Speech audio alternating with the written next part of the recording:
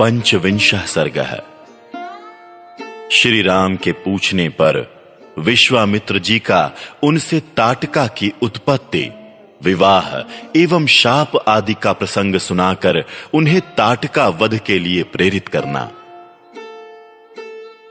अपरिमित प्रभावशाली विश्वामित्र मुनि का ये उत्तम वचन सुनकर पुरुष सिंह श्री राम ने ये शुभ बात कही। मुनि श्रेष्ठ, जब वो यक्षिणी एक अबला सुनी जाती है तब तो उसकी शक्ति थोड़ी ही होनी चाहिए, फिर वो 1000 हाथियों का बल कैसे धारण करती है। अमित तेजस्वी श्री रघुनाथ के कहे हुए इस वचन को सुनकर विश्वामित्र जी अपनी मधुर वाणी द्वारा लक्ष्मण सहित शत्रुदमन श्री राम को हर्ष प्रदान करते हुए बोले, रघुनंदन, जिस कारण से ताटका अधिक बलशालिनी हो गई है वो बताता हूं, सुनो। उसमें वरदान जनित बल का उदय हुआ है, अतः वो अबला होकर भी बल धारण करती है, अर्थात सबला हो गई है। पूर्व काल की बात है, सुकेतु नाम से प्रसिद्ध एक महान यक्ष थे। वो बड़े पराक्रमी और सदाचारी थे, परंतु उन्हें कोई संतान नहीं थी, इसलिए उन्होंने बड़ी भारी तपस्या की। श्री राम यक्षराज सुकेतु की उस तपस्या से ब्रह्मा जी को बड़ी प्रसन्नता हुई। उन्होंने सुकेतु को एक कन्या रत्न प्रदान किया जिसका नाम ताटका था। ब्रह्मा जी ने ही उस कन्या को 1000 हाथियों के समान बल दे दिया, परंतु उन महायशस्वी पितामह ने उस यक्ष को पुत्र नहीं ही दिया, क्योंकि उसके संकल्प के अनुसार पुत्र प्राप्त हो जाने पर उसके द्वारा जनता का अत्यधिक उत्पीड़न होता। यही सोचकर ब्रह्मा जी ने पुत्र नहीं दिया। धीरे धीरे वो यक्ष बालिका बढ़ने लगी और बढ़कर रूप यौवन से सुशोभित होने लगी। उस अवस्था में सुकेतु ने अपनी उस यशस्विनी कन्या को जंभपुत्र सुंद के हाथ में उसकी पत्नी के रूप में दे दिया। कुछ काल के बाद उस यक्षी ताटका ने मारीच नाम से प्रसिद्ध एक दुर्जय पुत्र को जन्म दिया, जो अगस्त्य मुनि के शाप से राक्षस हो गया। श्री राम अगस्त्य ने ही शाप देकर ताटका पति सुंद को भी मार डाला। उसके मारे जाने पर ताटका पुत्र सहित जाकर मुनिवर अगस्त्य को भी मौत के घाट उतार देने की इच्छा करने लगी। वो कुपित हो मुनि को खा जाने के लिए गर्जना करती हुई दौड़ी।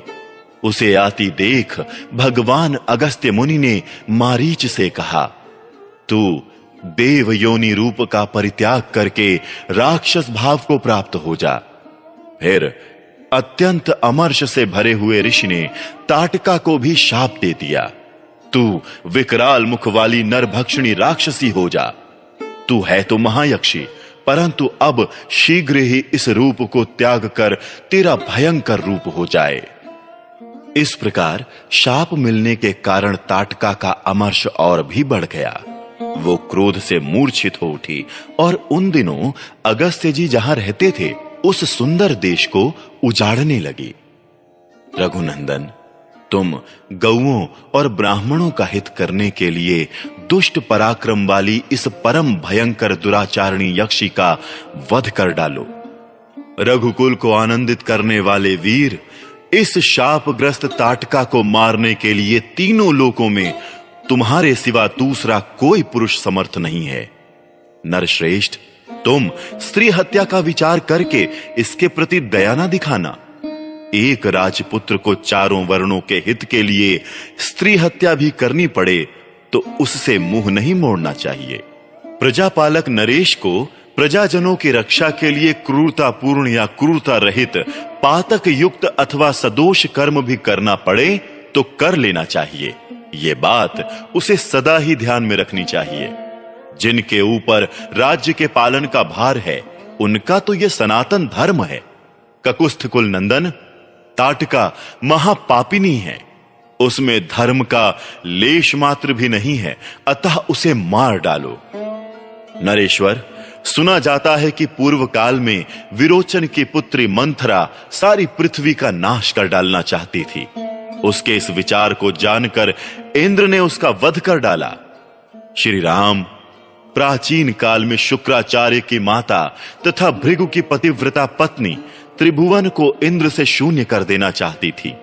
ये जानकर भगवान विष्णु ने उसको मार डाला।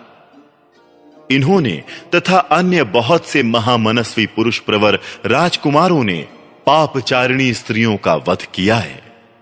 नरेश्वर, अतः तुम भी मेरी आज्ञा से दया अथवा घृणा को त्याग कर उस राक्षसी को मार डालो। इस प्रकार श्री वाल्मीकि निर्मित आर्ष रामायण आदि काव्य के बालकांड में 25वां सर्ग पूरा हुआ।